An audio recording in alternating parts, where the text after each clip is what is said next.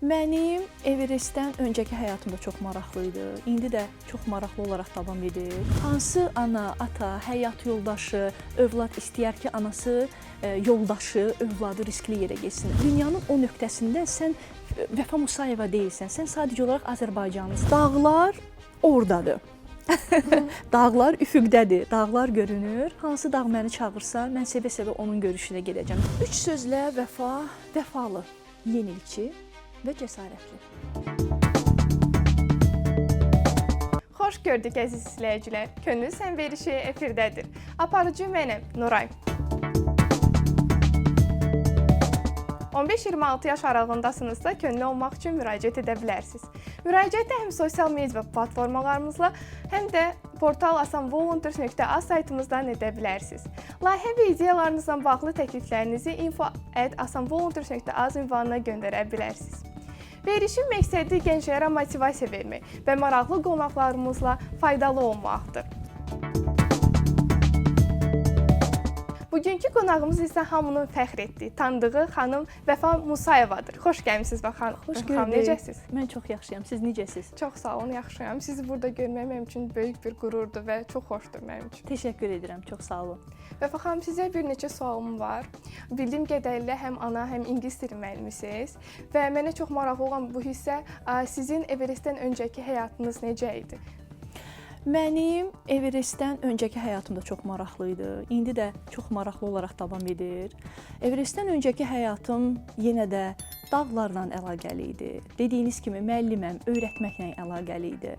Həyat koçuyam, insanlarla, görüşlərlə, tələbələrlə, şagirdlərlə, insanlarla əlaqəli idi. Yenə də daha sürətli, belə deyək, və daha mənalı şəkildə davam edir.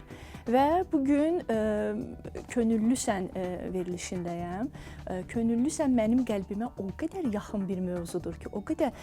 Çünki bayaqlarda siz qeyd etdiniz ki, 15-26 yaş arası mən fikirləşdim ki, könüllü olmağın məyər yaşı varmı? Mən günü bu gündə, bu yaşımda da hələ könüllü proqramlara baxıram, necə faydalı ola bilərəm deyirdim. Anayam, övladlarımla, dağlara hazırlıqla, Azərbaycan dağlarına getməklə, bax belə templi bir həyat, Azərbaycanda baş verən bütün trail qaçışlar, marafonlar, aktiv şəkildə iştirak eləyirdim ki, həm də Everestə hazırlığım olsun. İndi də o tempdə yenə də davam edirəm. Verilişlərə bax belə dəvət alıram, insanlarla görüşürəm. Everest hekayələrini, Lhotse hekayələrini bax belə sizinlə bölüşürəm. Əslində bu qədər işin arasında həm analığa vaxt ayırmağınız, uşaqlarınıza vaxt ayırmağınız çox gözəldir. Növbəti sualım isə alpinizmə nə vaxtdan başladınız və Everestə çıxmaq qərarını necə aldınız? 2016-cı ildə dağlara getdim, Azərbaycan dağlarına getdim və ilk zirvəm Qızılqaya massivində yerləşən, hündürlüyü 3751 metr olan Heydər Əliyev zirvəsinə oldu. Mən sadəcə olaraq qarşıma çıxdı və mən düşündüm ki, ən azından bir dəfə dağa getməliyəm və baxmalıyam bu necə bir şeydir. O təcrübədən sonra düşünmüşdüm ki, mən bir daha getmərəm, çünki çox çətin idi, hava şəraiti və s. Həm də mənim avadanlığım, dağçı əşyalarım yox idi o zaman. Amma enəndən sonra başa düşdüm ki, dağ elə bir yerdir ki, mən onsuz qala bilməyəcəm və o gündən etibarən ta bu zamana qədər dağlara getməkdəyəm. Bax belə. Bəli, 15 may 2025-ci il adınızı tarixə yazdığınız gündür. Bəli, nəinki adımı, həm də Azərbaycan adını, bəli, tarixə yazdığım gündür və mənim üçün heç istəmərəm ki, Everestin kölgəsində qalsın. Dünyanın ən hündür 4-cü dağı olan Lhotse zirvəsini mayın 17-si Azərbaycan qadını olaraq, ilk Azərbaycan qadını olaraq Azərbaycan bayrağını da orada şərəflə dalğalandırmışam. Sizdən qürur duyuruq. Təşəkkür edirəm. Çox təşəkkür edirik sizə. Təşəkkür edirəm. Yeri gəlmişkən sizə bu məqamda xatırlatmaq istəyirdim. Ölkəyə qayıtmadan Asan TV-nin əməkdaşına müsahibə vermisiniz. Bəli, bəli. Müəllimə, bəli, Elşən Həmzəyeva. Bundan danışmanızı istəyərdim qısa olaraq bizə hisslərinizi. Bu an çox möhtəşəm andır. Demək, mən artıq dağ səfərindən geri qayıtdıq. Nepaldayam, Katmandudayam. dağdan sonra düşünə bilirsiniz, otelə qayıdırıq, mehmanxanaya qayıdırıq. Əşyalarımı qoydum, qoyan kimi telefonu zaryadkaya qoydum və telefon açılanda sonsuz sayda dayanmadan zənglər, səslər, mesajlar və bu mesajları açanda gördüm ki, mən bunları çatdırmayacağam, fiziki olaraq da çatdırmayacağam və çox yorğunam. Amma o adların içində Elşən adını gördüm. Yeri gəlmişkən Elşən həm də mənim qardaşımın adıdır. O qədər doğma addır ki, mənim özümdən asılı olmadan mesajın üzərinə bastım və Elşəndən mənə mesaj gəldi ki, bəs Vəfa xanım, təbrik edirik, sizinlə qürur duyuruq və çox istəyirik ki, müsahibəni bizə verəsiniz.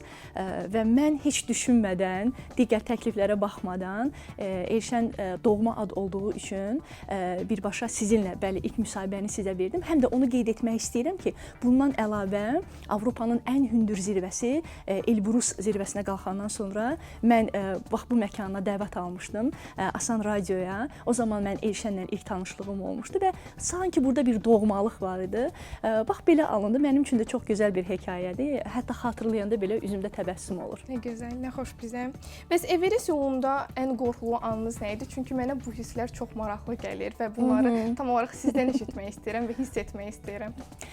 Mən bilmirəm sizin həyatınızda necədir, amma bizi dinləyən gənclər olsun, ümumiyyətlə yaşından asılı olmayan insanlara, onlara bax belə bir situasiya vermək istəyirəm ki, bax qorxu anını düşünün, qorxu anını ağlınıza gətirin.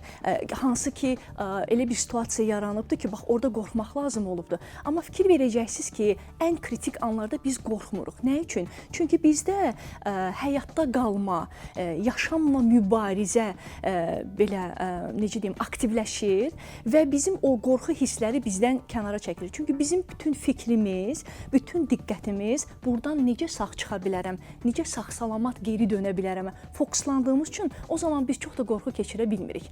Getmədən öncə həyəcan keçirirdim, düşünürdüm, fikirləşirdim, planlaşdırırdım və gələndən sonra da geri dönüb baxanda deyirəm, ilahi, mən hara getmişəm, mən nə etmişəm, mən hansı ağılla ölüm zonasında qalmışam, hansı ağılla Everestdən sonra dünyanın 4-cü hündür zirvəsini planlamışam. Yəni, bu əvvəl və sonra olur. Amma prosesin özündə qorxu anlarından daha çox mübarizə ruhu var idi məndə, mübarizə hissi var idi və o məni zirvəyə aparan bir duyğu idi. Həm də müsahibələrinizdən birində qeyd etmisiniz ki, sizdən sonra Everestə çıxanlar, şəxslər də çox böyük risklər yaşayıblar. Ona görə mən düşünürəm ki, siz risk etməyi sevirsiniz. Əslində mən risk etməyi sevmirəm, amma bu mənim təbiətimdə var. Mən görürəm ki, nə qədər planlasam da ki, yox, bu risklidir, bunu etməyim. Bu dağla əlaqəli deyil. Ümumiyyətlə, belə deyim də, adi normal yaşamda da elə hadisələr var, elə qərarlar var ki, mən görürəm ki, özümdən asılı olmadan riskli qərarlar alıram. Amma deyir ki, risk etməyəndə, yəni hədəfinə, risk etməyən o anın gözəlliyini tam yaşaya bilmir. Risk etməyən daha böyük miqyası, daha geniş, daha böyük hədəflərə gedib çata bilmir. Və mən sevinirəm ki, mənim xarakterimdə, təbiətimdə bu nüans var, amma mən çox da riskli bacım, qardaşım, bütün doğmalarım, bütün sevdiklərim canlanır. İstər-istəməz o risk hissini biraz azaldır, amma görürəm ki, yox, həyat, planlar məni təşviq edir ki, gözə alım və irəli gedim. Tam olaraq ailənizdən danışarkən, bəs ailəniz bunu necə qarşıladı? Ailəm bütün ailələr kimi, hansı ana, ata, həyat yoldaşı, övlad istəyər ki, anası, yoldaşı, övladı riskli yerə getsin. Ən çox bu mövzuda narahat olan mənim anam idi. Getmə ərəfəsində də böyük qızım idi. Çünki onlar çox, qadın olaraq da onlar çox narahatdır. Məsələn, anam çox narahat idi ki, necə olacaq? Anam məndən də daha çox övladlarım üçün narahatdır ki, sən bu uşaqları qoyub necə gedirsən? Onların münasibəti belə idi, amma ümumilikdə biz Everest haqqında həmişə bunu qeyd edirəm. Everest bizim ailəmizin bir üzvü idi sanki. O qədər bu mövzu bizim evimizin içində var idi. Televiziyanı açırdın Everest, radionu açırdın Everest, nə bilim, kitablar Everest, hər şey Everest idi bizim evimizdə və onlar da sanki, belə deyim də, ruhsal olaraq, mənəvi olaraq, psixoloji olaraq artıq bu duruma, belə deyim, müəyyən vaxt çərçivəsində öyrəşmişdilər və gedəndə bir tərəfdən narahat idilərsə, digər tərəfdən mənim üçün çox sevinirdilər ki, nəhayət ki, bu qız arzularının, istəklərinin arxasınca gedir və heç nə, onlar mənə sadəcə olaraq uğur arzuladılar və həqiqətən ailəmin dəstəyini çox hiss elədim. Bu da mənə güc verirdi. Gözəl. Bəs zirvəyə çatanda ilk düşündüyünüz nə idi, ilk hiss etdiyiniz? Zirvəyə çatanda ilk düşündüyüm, hamı bu şərhi eşidəndə mənə deyir ki, bu necə anadır? Demir övladımı düşündüm. Hətta şərhlərdə rast gəlirəm, həyat yoldaşımı düşündüm, anamı, atamı. Bu necə insandır ki, heç ağlına gəlməyibdi. Bilirsiniz, mən idmançılarımızı indi çox gözəl başa düşürəm. Vətən uğrunda vuruşmuş bizim o geri dönən qazilərimiz, əskərlərimiz, o insanları çox gözəl başa düşürəm ki, onlar hər zaman deyirlər ki, biz orada Azərbaycandan, Azərbaycan bayrağından başqa heç nəyi düşünə bilmirdik. Çünki dünyanın, sən Azərbaycandan çıxırsan və dünyanın o nöqtəsində sən Vəfa Musayeva deyilsən, sən sadəcə olaraq Azərbaycanlısan. Sənin yanında olan, bilmirəm, Ukraynalıdır, Amerikalıdır, nə bilim, digər öcən olaraq da zirvədəyim. Ona görə Everestə təşəkkür edirəm, bayrağımızı qürurla dalğalandırdım. Ancaq onun xoşbəxtliyini yaşadım ki, Azərbaycanı mən zirvəyə qaldırmışam. Bax, İnanın ki, siz danışdıqca özüm duyğulanıram. Çox gözəl hisslərdir, çox fərqli hisslərdir. Çox təşəkkür edirik bir daha sizə. Siz bizim fəxrimizsiniz. Çox sağ olun. Bəs növbəti hədəf hansı zirvədir? Növbəti hədəf buradan da belə bir çıxarış edəcəm ki, bəzi insanlar deyir ki, Vəfa çox planlı adamdır, amma məni çox yaxşı tanıyanlar deyir ki, nə qədər planlı olsa da həyatın öhdəsinə, hər şeyi həyatın öhdəsinə buraxmış insandır. Dağlar ordadır. Dağlar üfüqdədir, dağlar görünür. Amma və lakin dağlar çağırır misalı həmişə mənim qəlbimdədir. Gedişatda hansı dağ məni çağırsa, mən sevə-sevə onun görüşünə gedəcəm. Çünki dağlar mənim üçün sadəcə olaraq belə deyim, necə deyim, daş, soyuq, uzaq, hündür, məhfum deyil. O həm də mənim üçün canlıdır və onun enerjisi var və mən buna çox inanıram, dağların enerjisinə və düşünürəm ki, üfüqdə hansı dağ görünsə və mənə desə ki, Vəfa gəl, mən səni çağırıram, mən sevə-sevə onun görüşünə gedəcəm. Amma təbii ki, düşünürəm, arzuluyuram, planlayıram. Görək hansı olacaq, mənim özüm üçün də çox maraqlıdır. Çağırışı gözləyirik. Bəli, mən çağırışı gözləyirəm. Bizi səbirsizliklə gözləyirik. İnşallah. Bəs asan xidmətdə ən son nə zaman olmusunuz və hansı xidmətdən yararlanmısınız? Asan xidmətdə ən son demək övladımın şəxsiyyət vəsiqəsini dəyişirdik yaxınlarda. O hansısa bir proqrama müraciət edirdi və vaxtı az qalmışdı. Yeniləmək lazım idi. Şəxsiyyət vəsiqəsini yenilədik, bəli. Belə. Ən son bu olubdu. Çox xoş. Bəs asan xidmət deyəndə ilk ağla gələn könüllərimiz olur. Bəs onların işləri necə dəyərləndirirsiniz? Onların işləri ümumiyyətlə doğrudan da könüllü olmaq, hər bir yolun başlanğıcı deyərdim və hər bir işin ürəyidir. Mən yenə deyirəm ki, mən könüllü deyəndə və könüllü olaraq bir nəsə layihə görəndə bütün o ödənişli, nə bilim, digər işlərin hamısı öz belə deyim, əhəmiyyətini itirir. Çünki könüllü olmaq qəlbini o işə qoymaq deməkdir. Asanda mənim həmişə gördüyüm könüllülər, onlar da xüsusi seçilmiş, həm bilik olaraq, bacarıq olaraq özünü yetişdirmək adına özünü bu işlərə adamış insanları görürəm və hər zaman onlar köməyə çatırlar. Görürsən ki, mərtəbələrdə dayanırlar, hansısa işi görmək üçün sənə yardımçı olurlar, yol göstərirlər, fikrini soruşurlar. Bu da özünü doğma, rahat və güvənli bir yerdə hiss elətdirir. Ona görə mən onların da əməyinə təşəkkür edirəm və onları çox dəyərləndirirəm və onlar üçün də çox gözəl bir təcrübədir. İnanıram ki, ömürlərinin sonuna qədər bu təcrübə onlarda əvəzsiz bir xatirə kimi yadlarına qalacaq. Düzdür. Bəs siz tələbəlik illərində könüllü olmusunuz? Tələbəlik illərində könüllü olmaq bu qədər də dəbdə deyildi. Hələ qız uşaqları könüllü nədir ümumiyyətlə? Belə könüllü məfhumu bizim üçün yeni idi və bunun üçün belə bir xüsusi mərkəzlər yox idi. Günlərin bir günü hansısa bir restoranda belə bir balaca dəftərçə kimi var idi. İngilis dilində idi. Mən də ingilis dilində təhsil alırdım. O zaman belə dəftər, kitab çox yox idi ingilis dilində. Mən bunu götürdüm ki, sadəcə olaraq ingilis dilindədir. Həm baxım, həm görüm ki, orada nə elanları var. Orada da Azərbaycanda yaşayan xarici vətəndaşların belə deyim də kommunası idi, icması idi və elanları var idi. Elanlarda gördüm ki, Beynəlxalq Qadınlar Cəmiyyəti könüllülər axtarır və onlardan da ingilis dili biliyi tələb olunur ki, onlar uşaq evlərinə gedirlər. Bu zaman onlara tərcümə etməkdə, uşaqlarla işləməkdə və mən dedim ki, bu necə də mənə həm dil baxımından, həm özümü yetişdirmək baxımından, həm də uşaqları sevirəm, könüllü olmağı sevirəm. Onlarla əlaqə saxladım. heç yadımdan çıxmaz. Bacım da məni dinləyəcək bilirəm və onun üzündə təbəssüm olacaq.